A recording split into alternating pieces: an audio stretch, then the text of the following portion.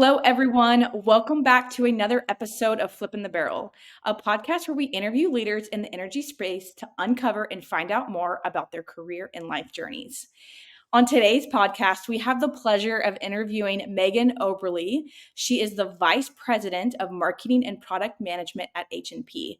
She has a very non-traditional path of how she started in the energy industry, and not to mention just her life in general. When we met, I just could not believe the things that Megan had overcame from her trip from or moving from New Jersey to Texas, which I think is difficult enough, to just her life experiences and how she really got into the energy industry.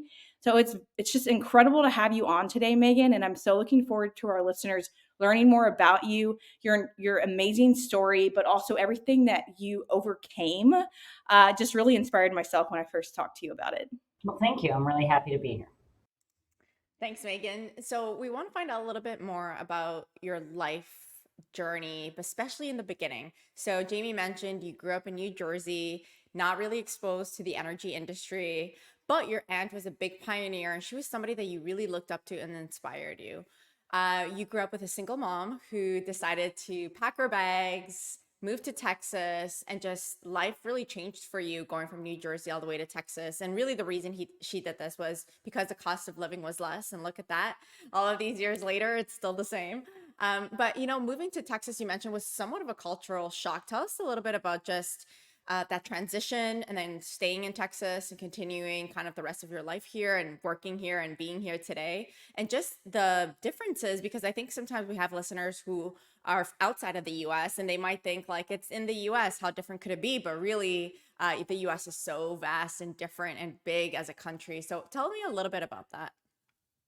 I think it's fair and I think it's a good point. I moved here right around my senior year in high school. And if you remember back in those years, it's already hard enough to be a teenager. And so hearing that you're going to move from New Jersey to Texas without any exposure, it was really rocked my world. There was a lot of stereotypes. I thought everybody was going to be riding a horse and there's dirt roads. And obviously that's not the case. And it taught me that there's great things and great people everywhere. And even if there's things you miss, which I think is really normal, the people are what make, any location or any experience great. So that was relatively challenging. But the reason why Texas was picked is because my aunt, who ended up going to Texas A&M for a degree in industrial hygiene, I didn't even know what that was, but ended up working in the oil and gas industry, testing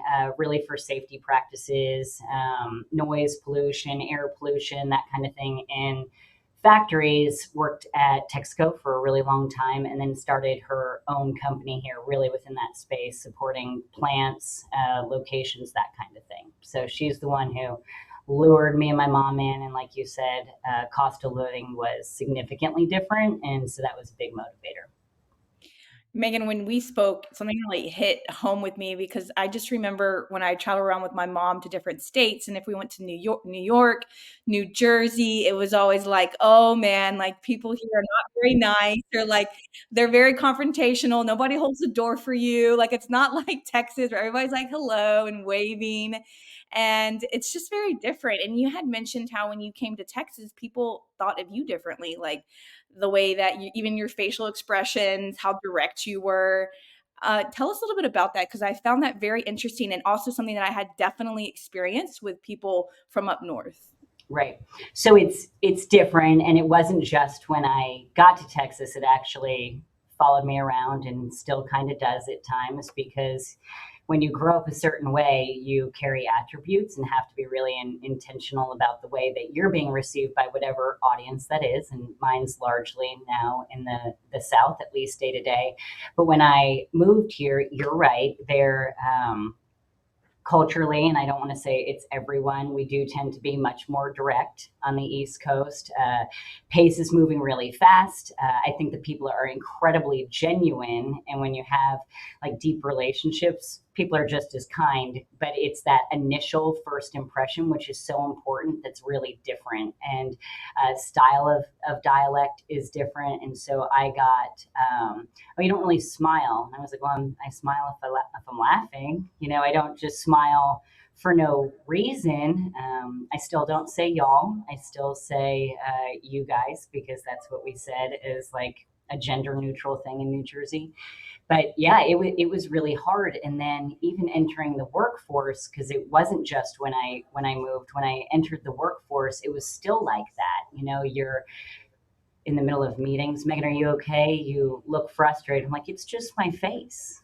It's not necessarily anything's wrong. So I really did have to adapt and learn to appreciate that people start a little bit differently and don't just cut right in. And there's an approach that resonates a little bit better.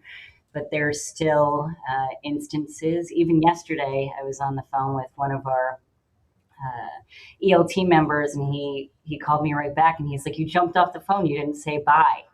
Because I just was moving too fast, and he said he had to go, and I was like, okay, and I hung up instead of saying goodbye. So there are real differences, through different regions of the U.S., and I think that that's applicable in our industry, because it's not just within the U.S., it could be anywhere, and learning cultural norms and trying to understand why there could be certain perceptions of you, even if you don't feel like that was your intent. And you have to figure out how to balance those, for sure. But it still lives with me, my New Jersey upbringing, for sure.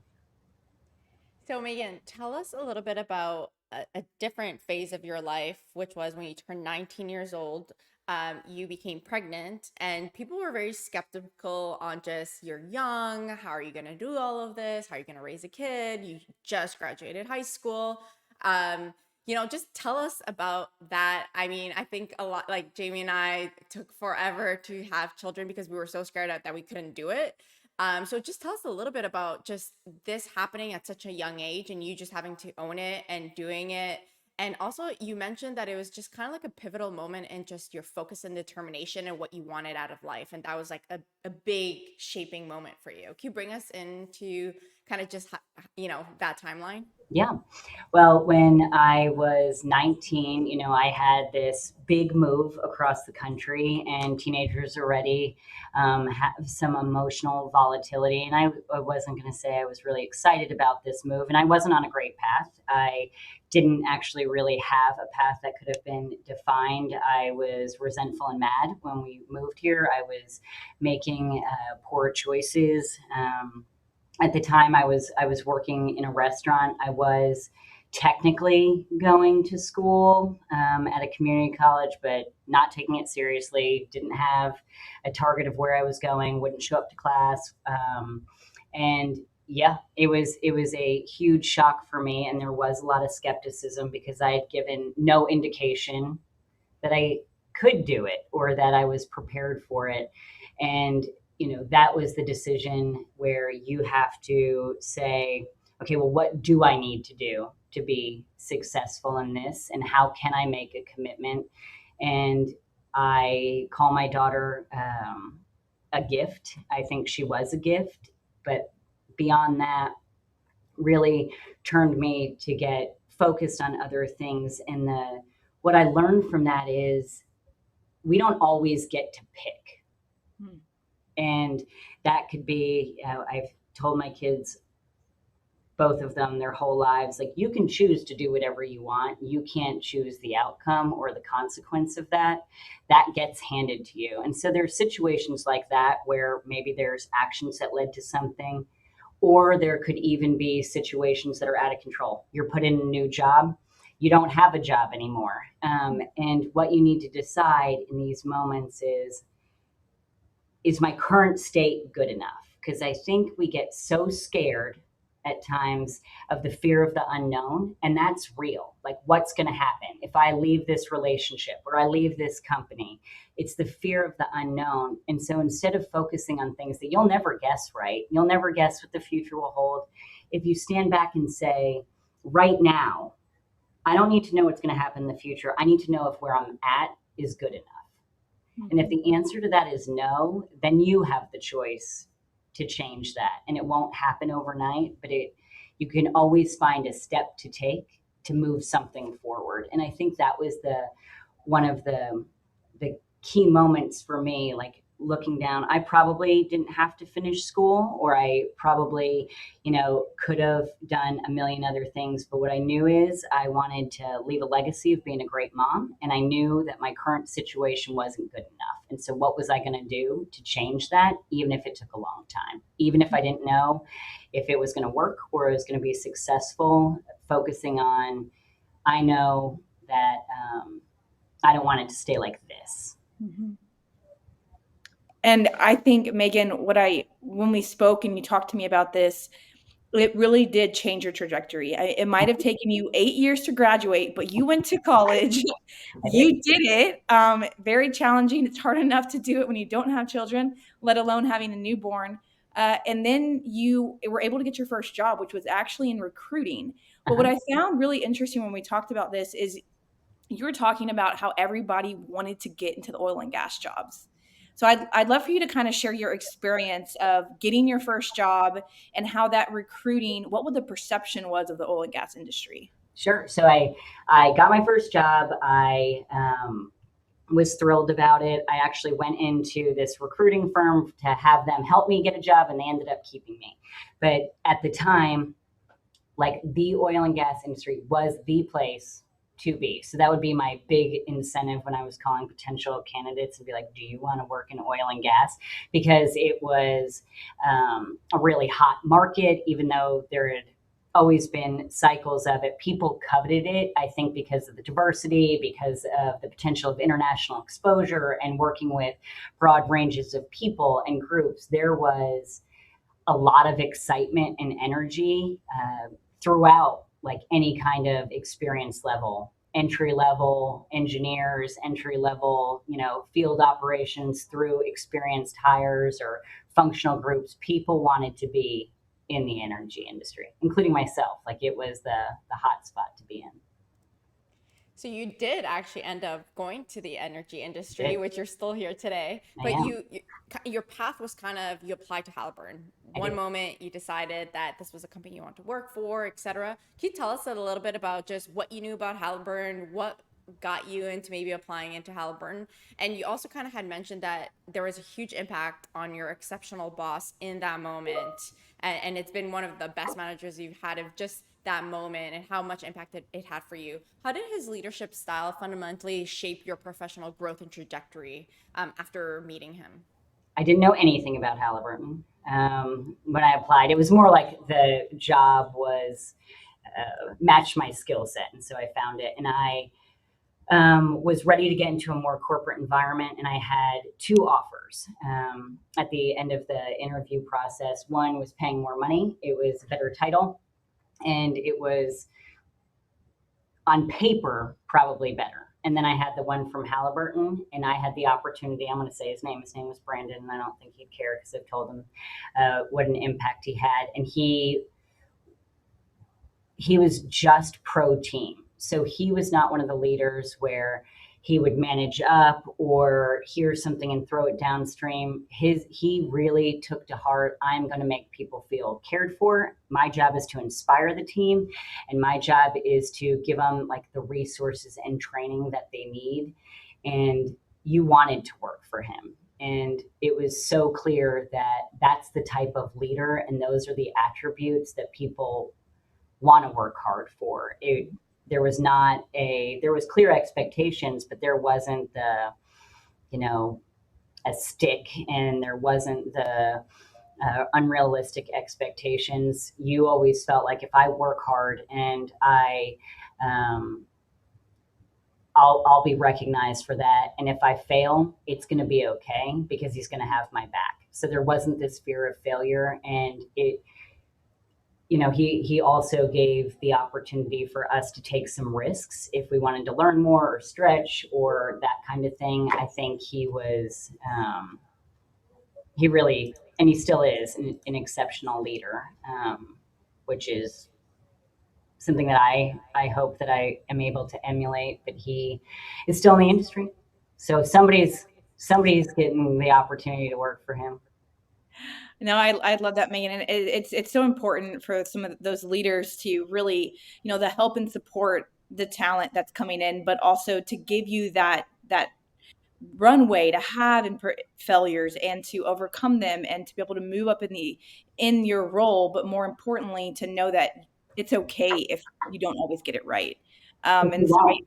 I We think, yeah, won't get it right. because you won't exactly. Which really turns to the question on mentoring. We spoke about how you mentor individuals, and you often discuss essential qualities for success. Can you talk to us about what is some advice that you've given young women? One of the things that has been most impactful in my career is curiosity. And I think that is a natural attribute that I have. Some people are naturally curious and others, but that curiosity led me to learn that asking questions is so important. So I was in a support function when I first entered Halliburton, and I didn't want to know, as an example, I didn't want to know what requisitions we had open or where they are or how much they paid. I wanted to know what they did. So when I was recruiting for completion tools for a long time, and they would say, we need, this project's coming on board, we need this many people. I wanted to know what sand control was. I wanted to know why liner hangers were important. When we were recruiting for technology, I wanted to understand how chemists were going to contribute to the overall strategy. So this natural curiosity and understanding what the business is something we all have control of. And that allows us to build a network because you're asking questions, you're reaching out to other people.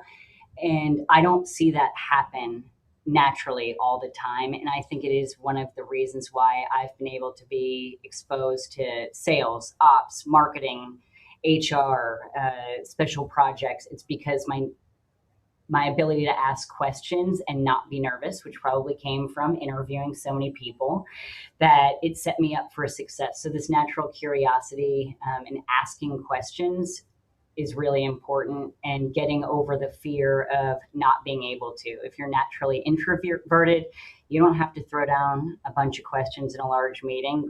Write them down and go and ask someone afterwards. But knowing what the business does is really important, and that also goes for financial acumen.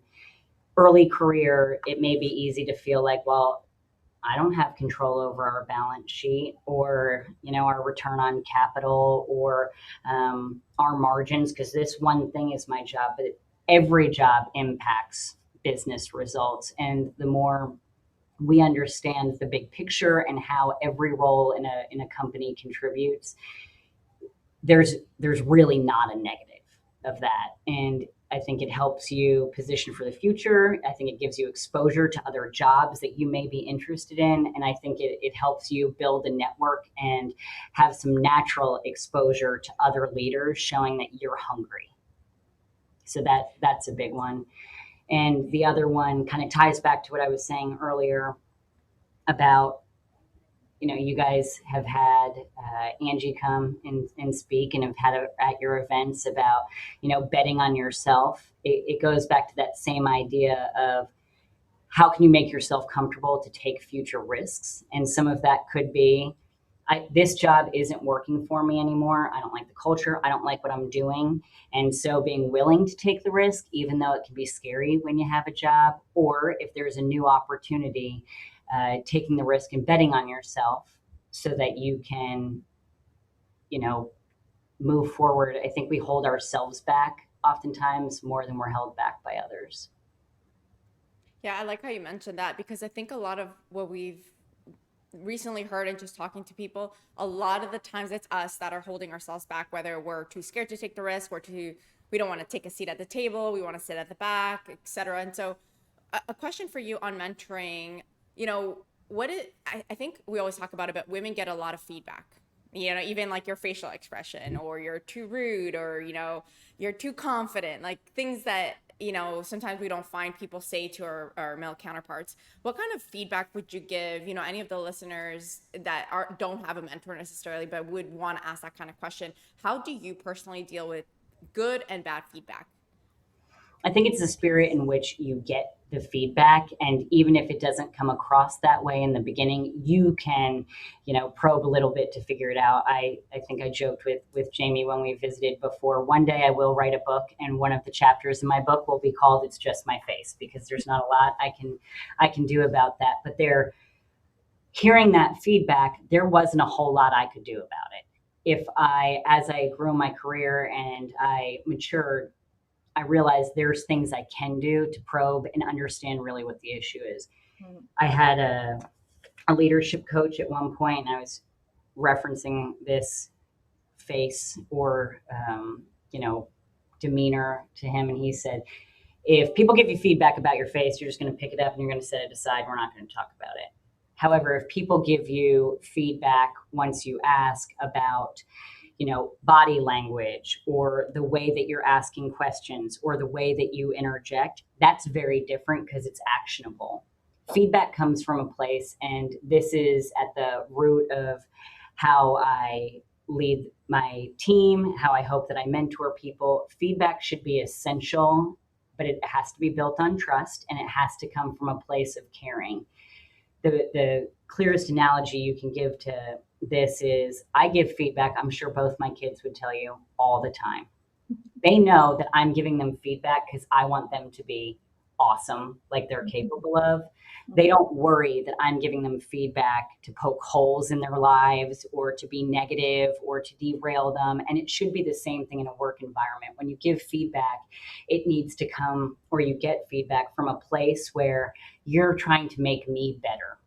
So an example, Megan, you okay? Your face looks like this. I can't action that. I don't know the spirit of that. If I follow up and say, what was it that I communicated, or how did I make you feel? Some of the examples I've gotten that have been, or what can I do differently, are not, you should smile more, because I find that to be irrelevant. One of the, I'll call him a work brother who worked on a team with me. I trusted him.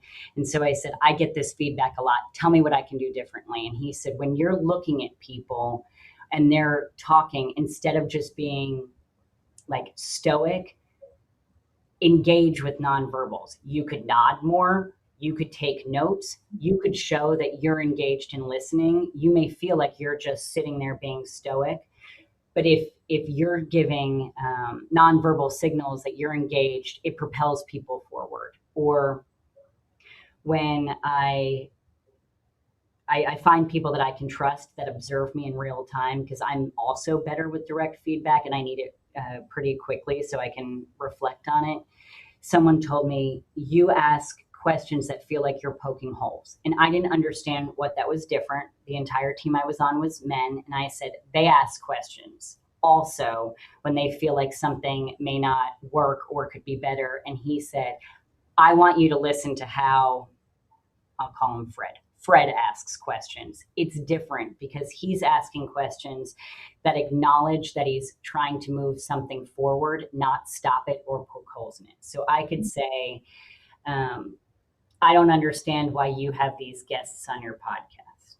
That feels like I'm criticizing you and poking holes in the podcast. If I say to you, so-and-so's awesome, they would be a great addition, and I think listeners would get XYZ out of it, that feedback's actionable. Mm-hmm. You know from the way I'm saying that I'm trying to bring someone to the table for you that's going to add value and make it great. It's very different than just saying, well, this isn't good or that doesn't work. It's the spirit of I care, and so I'm going to try to make something better or make something work. And I don't think if you're getting feedback where you can't get that kind of,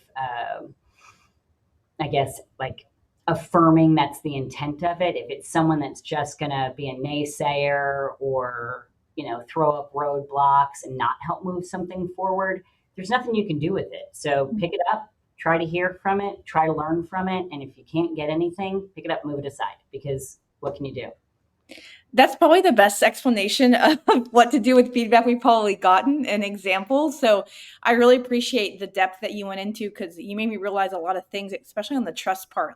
Like when you give feedback to your kids, you're obviously not trying to bring them Mm-hmm. down. And that should be how you give feedback to anybody. The result is not to make somebody feel worse about themselves, it's to better them, right? Mm-hmm. So I really like that example. I want to get into a point that I think a lot of us as high performers deal with at some point. You never had to really struggle with job security. You were always a high performer in every role that you were in. However, there was a time where you transitioned to a new role due to a highly confidential project you were working on that closed out. So it was time for you to move. But the team might not have been as welcoming as you had probably experienced in the past. How did you overcome this or navigate this? And what's your advice to those that do get transitioned to roles and maybe they're not seen at the beginning as, I don't know, capable, or maybe even are looked at differently? Can you share with us some of your advice from your experience? Sure. I had to take on a job. I left a project, and so I wasn't allowed to go back to the scope that I was in. So I went to a new product segment that I didn't know anything about. Unfortunately, the company had to stay relatively flat because it was in a downturn. So I did replace someone who had been on the team for a long time, and I didn't know anything about marketing. I call it the trifecta. I didn't know the product, I didn't know the job, and someone was an incumbent before that was very well liked. So I don't blame the team for not being jumping up and down saying, oh, great, you gave us someone that doesn't know our business or the scope of this job. And it was hard, but it goes back to what are the things I can do to build confidence, and what are the things I can do to make myself feel more confident. I think that's when my husband found me on Google searching something like how to be good on marketing. He's thinking this is going to be great. But what I could do is read a lot of case studies. I could find people that could teach me about, what was successful before, or what the strategy was, how to learn the business, and then make it clear that I was coming from a place of vulnerability also. I wasn't going to come in and pretend like I knew all the answers or be an expert.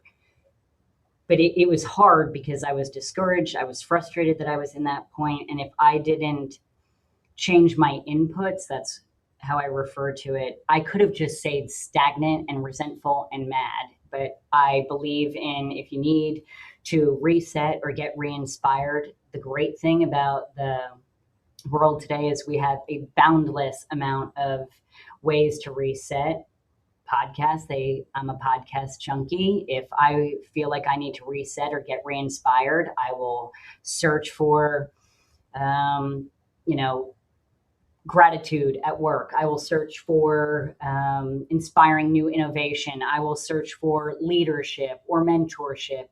And it may not hold the secret answer, but it inspires you because you're changing your inputs. Reading's huge, talking to new people, getting advice. And it doesn't have to always be a formal mentor relationship, but being really intentional about changing your inputs, I think can help us reset and remotivate and also ideate. So in that instance, I decided to come from a place of vulnerability and asking a lot of questions about the best ways I could learn and support the team, and really had to be cognizant that I was in a funk and I needed to reset. So I diligently changed my inputs in order to do that. I think it all starts, to your point, on just changing your mindset, and it's Mm-hmm. who you're talking to, who you're surrounding yourself with, your Mm-hmm. circle, what you're listening to, and how you're talking to yourself. That's right. All of those things, to your point, are just going to be able to help you get through whatever situation you're in, but it really starts with changing your mindset. We wanted to talk about a few years back. It was, 2020. We all know what happened then. But you were also dealing with a very tough situation where your father was battling cancer in Chicago, far away from Texas. You were experiencing multiple losses as well to cancer, just in the family and in Mm-hmm. friends. Plus, of course, a COVID-19 pandemic, et cetera. And there was just another layer of challenges just being thrown at you. Plus, let's add, the energy industry was going through the biggest downturn that we've all seen, negative oil, et cetera. And in the midst of all of these things, you get an opportunity. You receive this offer from a recruiting firm offering you the role in marketing for H&P, I believe. And despite just people getting laid off, all of the things that were happening in the industry, you received this offer, which is pretty impressive that, companies were hiring in that moment when everything was kind of falling apart around you and just your life and just with the different challenges that you were being faced. Tell me a little bit about when you received that email or phone call. What did you think about it? And how was your decision making? Did you and your spouse sit down? What made you make that jump in such a fragile state to just add something, on top of everything happening?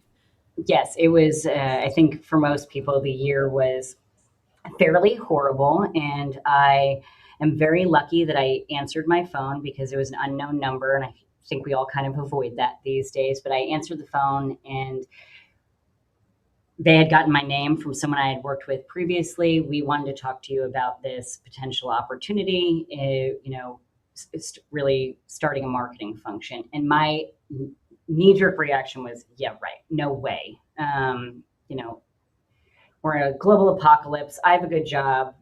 This can't be a great idea. My grandfather always told me you should take things one step further than you're initially comfortable with as long as you're safe. Because what could happen? You stay on the phone, you learn a little bit more. It ended up turning out great. Had I just gone with my immediate reaction of no, or I'm uncomfortable, I would have never known. So I got a bit more information. I do have an entrepreneurial spirit. I loved the idea of building a functional group in a way that hadn't been done at the company before. And so I said, tell me more.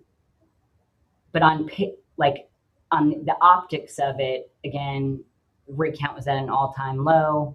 I had a job. I had been very well taken care of at Halliburton, had a lot of respect for them, had the opportunity to work in all these different roles. And I'm going to go to a rig company where there's no rigs working. It's really capital intensive. This is probably a disastrous idea. But I said, sure, let's have an initial conversation. And I actually interviewed because they weren't in a rush. I wasn't in a rush and couldn't travel, couldn't see people for months, and had the opportunity to meet with lots of different leaders or teams or, could have been my future peers. And I was incredibly inspired by the leadership team and the people I'd be working with. I could feel the culture because there was depth to the interview process, which doesn't always work if it's not mutually beneficial, like drawing a process out forever. But in this instance, it really did. And by the end of it, I would have been really devastated if I couldn't have joined the team. I was committed. I have sales in my background, and I was going for closing the deal. And it goes back to I didn't know exactly what it was going to be like. I knew that I was ready for some changes. My career had been great. I have incredible respect for a lot of people. And I realized you don't have to have a bad breakup with your company. It doesn't have to be like you're working for the worst person or they won't take care of you or you hate things in order to say, this looks so great. I don't know if it's going to be, but I have built up enough confidence that I want to move forward. And it was a hard decision. I don't know that my husband thought it was a great idea because the reasons I mentioned, but I still have some of my closest professional friends will likely always work at Halliburton, and I'm thankful for that. But I'm also really thankful for the things I've been able to do at H&P because it was a great fit. Yeah, when you first told me about just like all the rig stacking, and I remember that, and then you saying that you were getting this job offer to go work for a rig company, it was like, why would anybody entertain that at the time? We Yeah. nobody knew oil was at negative, like we all had no idea what was going to happen. So it's just really impressive to hear, all the things that you were going through at that time, but also I think how that kind of pushed and inspired you to like make a jump, and it turned out to be great. Mm-hmm. To close, the one thing that we hadn't really touched on that I'd like to end with is, you are a successful career woman. You're a mother. You're dual career. How have you been able to manage that situation? You've been able to manage it since you were 19, so it's pretty impressive. What advice do you have for us? Because I mean, I'm definitely not 19, and I have a 3-year-old, and I still don't know how you did it at that age. So love to hear your advice, especially as a working mom and having dual career. It's hard. Like being a mom's hard and being married's hard. So it's and working's hard. So putting them together, I think we all have to have reasonable expectations that it's not going to be rainbows and butterflies every day. We're not going to be, like the movie The Notebook. And so changing our expectations that it's going to be lumpy at times and things aren't perfect is, hard when you're kind of on the battlefield of those moments. I think where we figured it out, you know, after some turbulence, I think that's really normal. My husband and I kind of figured out it's never 50-50. And if you haven't listened to Brene Brown talk about like the 50-50, there's times where I'm out of town and my job and this industry has been great to us and great to our family. And so I can't do everything and he can't necessarily resent me for that because again, it's been good for our family. So changing the expectation and trying to remove the scoreboard, because if you're always going to be like, well, I did pick up yesterday or I do the laundry, you didn't do this, like figure out the way that you're comfortable. And sometimes it's going to be, you're going to have to do everything because I'm not physically present, but I'm going to be cognizant when I come back that I'm going to try to do my 80% that week, but it's never 50-50. And if you're aiming for 50-50 and keeping a scoreboard of who does what, that's where you're going to have a lot of friction and your expectations are going to be off, because in any dynamic or relationship, sometimes you got to pick up the slack, in our jobs or in our families. And I think in the moments where we've had the most tension or because we hadn't figured out that 50-50 yet, and now we have. I will say my husband's always been a super involved dad, which is critical, and involved with the kids, so we didn't have to overcome anything like that. But you have to have someone, or at least be able to get that conversation where sometimes you can't pull your fair share, and other times you're going to pull above your fair share and remove that tension from the dynamic. I kind of laugh when you're talking about the no scoreboard, because in my mind I think about how my husband and I are like, well, you pick up, I drop off, or like the laundry, like all the things you talk about are real, like they're real things that everybody deals with. And it can't, if you don't have that mindset of like, we're not everything, not every day is going to be half and half, Mm-hmm. then there can be tension. And I do think it has to evolve a lot with, who we choose as our partner. Mm-hmm. And that's really essential. So I'm really glad that you shared that, and I think you shared pieces that are very relatable, Megan, and through the whole podcast too. I just was so inspired by you when we first spoke, and just hearing about, like I mentioned before in the beginning, everything you overcame to get where you are today, and even choosing a role at a time where there was literally rigs all standing, and then looking at where the industry is today, from that spot during COVID. It Mm-hmm. really is impressive, and I just want to say thank you so much for sharing your story with us today, and being so vulnerable and open. We need more leaders like you talking about the things that they went through, and just being very relatable and authentic. So thanks, Megan. I appreciate that. And if there are people that are going through a hard time, one of the ways that I think about it is you'll end up being grateful for moments. And there's a quote: smooth seas don't make skilled sailors. And the hard moments are really the ones that make us even stronger and more diversified. So thanks for having me. I loved it. And I'll see Yeah. you guys soon. Yes, you will. So excited, and thank you for that great quote ending. We love it. And if you like this podcast, please like, subscribe. We'd love to hear from you. And we're really excited for upcoming events this year. So please follow us at flippingthebarrel.com. And thank you again, Megan, for joining us.